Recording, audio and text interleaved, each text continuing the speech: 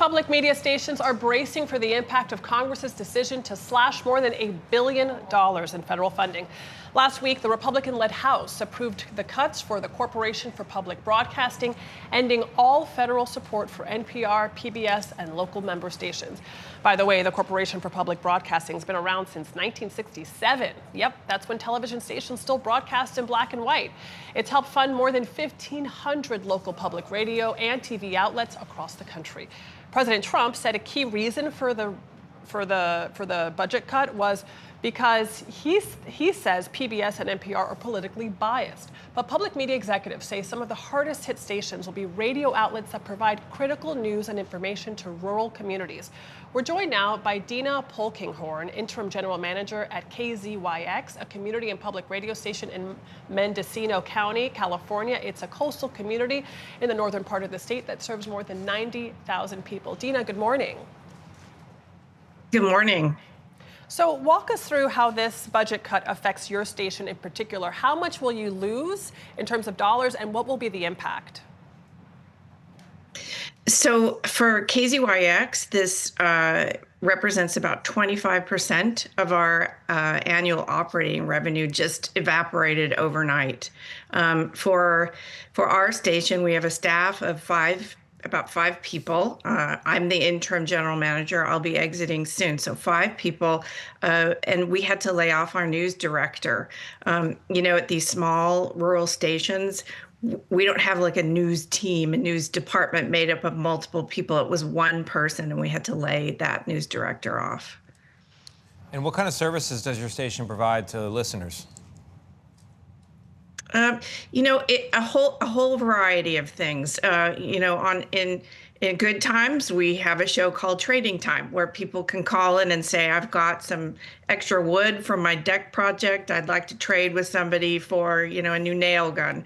But in bad times, and, this is an area prone to natural disasters, we provide a lot of emergency information, breaking news. We're a small community. We don't have a lot of big donors on speed dial, but we have the sheriff on speed dial, and we have the local Office of Emergency Services personnel on speed dial.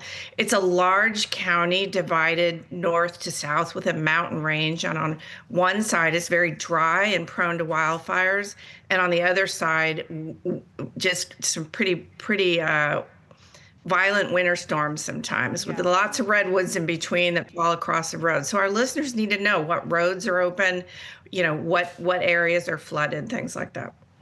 And what do you say to President Trump's view that public broadcasting stations are politically biased? Oh, goodness. We are so far removed from the hyper political things happening in D.C. We don't ask people what party they belong to when we're interviewing them about a local measure. The boots on the ground folks just do not care. They're not interested in that on a local level.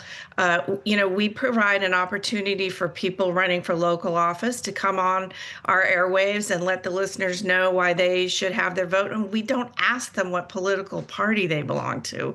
It's just so far removed from all of that.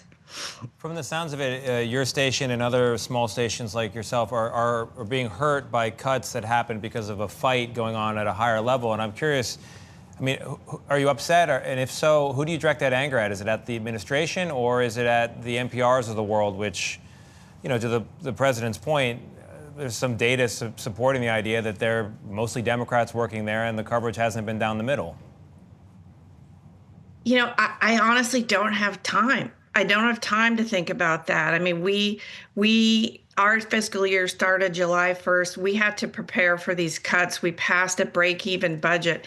And the only way we get there is by, like I said, laying off the staff person, some other cuts, and some really ambitious fundraising goals.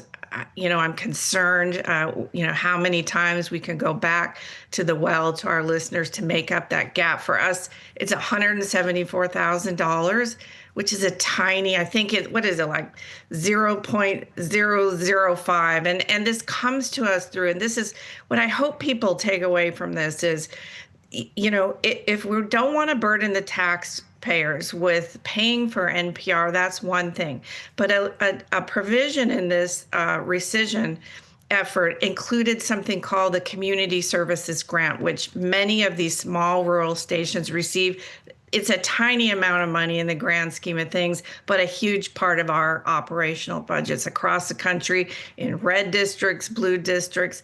You know, we all have emergencies in rural areas. We all have to provide this, you know, critical information to people. And I just can't get involved in any of that. We've got work to do here on the ground to keep our listeners safe and informed. I can understand that completely. Yeah. Dina Polkinghorne, the real cost of a fight that's many thousands of miles away from where you are, and the trade-in show sounds amazing. I have some stuff I want to call in so I can get something for an old IKEA bed. Thank you, Dina. Thank you very much. We appreciate it. That was today's By the Way.